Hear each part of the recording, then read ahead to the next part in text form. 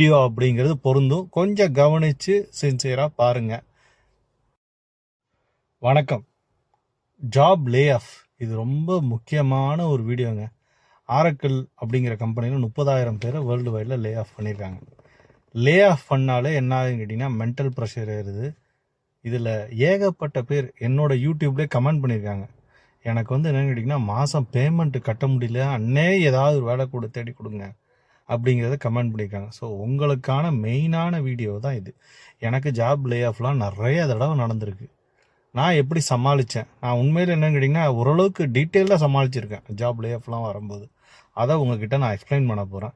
இந்த ஜாப் லே ஆஃபுங்கிறது ஐடி டிபார்ட்மெண்ட்டில் மட்டும் கிடையாது.